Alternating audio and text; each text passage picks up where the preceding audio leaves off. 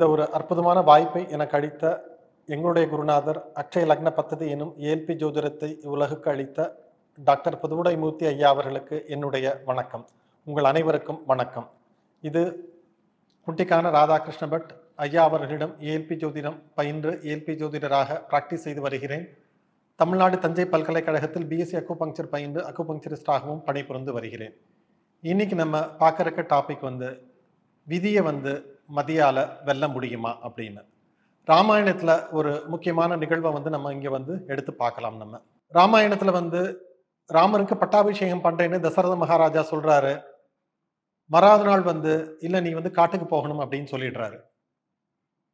ராமர் அப்பா சொன்னதை சரின்னு கேட்டுக்கிறாரு. ஆனா லக்ஷ்மணனுக்கு பயங்கர கோபம் நான் யுத்தம் பண்ண போறேன் அப்படின்னு சொல்லிட்டு அவரோட அந்த வில்லோட இதை நாணை மீட்டி அதிர்வுகளை உண்டு பண்றாரு. அந்த அதிர்வு என்டையர் அயோத்தியாவுக்கும் அது எல்லாருமே ஃபீல் பண்ணாங்க. அப்போ ராமர் லக்ஷ்மணன் சமாதானம் பண்றாரு. நம்ம அப்பா சொல்றாரு அதுல ஏதோ ஒரு விஷயம் இருக்கு, அதனால நான் காட்டுக்கு போறேன் அப்படிங்கிறாரு. இது விதி இப்படிதான் இருக்கு அப்படின்னு ராமர் லக்ஷ்மணன் கிட்ட சொல்றாரு. ஆனா லக்ஷ்மணன் என்ன பதில் சொல்றாருன்னா, விதி அப்படி இருக்கா, நான் அந்த விதிக்கு ஒரு விதி செய்யறேன் அப்படிங்கிறாரு. ஆனா ராமர் அது ஏத்துக்கல. இல்லப்பா நீ பண்றது சரி கிடையாது அப்படிங்கிறாரு. சரின்னு சொல்லிட்டு அண்ணன் சொல்றத பேச்ச தட்டக்கூடிய ஆள் கிடையாது லக்ஷ்மணன். அதனால சரி அப்படின்ட்டு அந்த முடிவை அப்பாவோட முடிவை ஏத்துக்கிறாரு. அதுக்கப்புறம் சீதா தேவி இவங்க ராமர் லக்ஷ்மணன் எல்லாமே காட்டுக்கு இது பண்ணி போகிறாங்க. அங்க போனதுக்கு அப்புறம் ஒரு 10 வருஷ காலம் இப்படியே போய்கிட்டு இருக்கு. இந்த 10 வருஷ காலத்துல லக்ஷ்மணனுக்கு பல அனுபவங்கள் நிகழுது.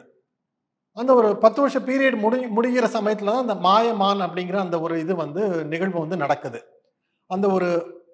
அந்த மாயமான், அந்த தங்க நிற மான் அந்த காட்டு வழியா ஓடுது. அதை பார்த்து சீத்தை அது தனக்கு வேணும்னு சொல்லிட்டு விரும்பி கேட்கிறாங்க. ராமர் சொல்றாரு, இல்ல இது ஏதோ ஒரு மாயமான் மாதிரி இருக்கு, நமக்கு வேண்டாம் அப்படிங்கிறாரு. சீதாதேவி கேட்க மாட்டேன் அப்படிங்கிறாங்க. அப்போ லக்ஷ்மணன் என்ன சொல்றாருன்னா, நான் போய் பிடிச்சுக்கிட்டு வரேன் அப்படிங்கிறாங்க. அதுக்கும் சீதாதேவி ஒத்துக்க மாட்டேன் அப்படிங்கிறாங்க. யாராவது கேட்டா நான் என்னோட மச்சனை இந்த மாயமான பிடிச்சு கொடுத்தாருன்னு சொன்னா நல்லாவா இருக்கும், இல்ல நீங்க தான் போகணும் அப்படிங்கிறாங்க. சரின்னு சொல்லிட்டு ராமர் தானே போறேன் அப்படிங்கிறாரு. போறதுக்கு முன்னாடி லக்ஷ்மணன் தெளிவா சொல்லிட்டு போறாரு, அண்ணிய பத்திரமா பாத்துக்கோ அப்படின்ட்டுன்னு. போய் கொஞ்ச நேரத்துல ஓ சீதா ஓ லக்ஷ்மணா அப்படின்னு ராமர் கத்துற குரல் கேக்குது. அப்போ அந்த குரலை கேட்டவன சீதாதேவி அவங்களுக்கு ஒரு பயம் வந்துருது, ராமருக்கு ஏதோ ஒண்ணு ஆயிடுத்து அப்படின்னு.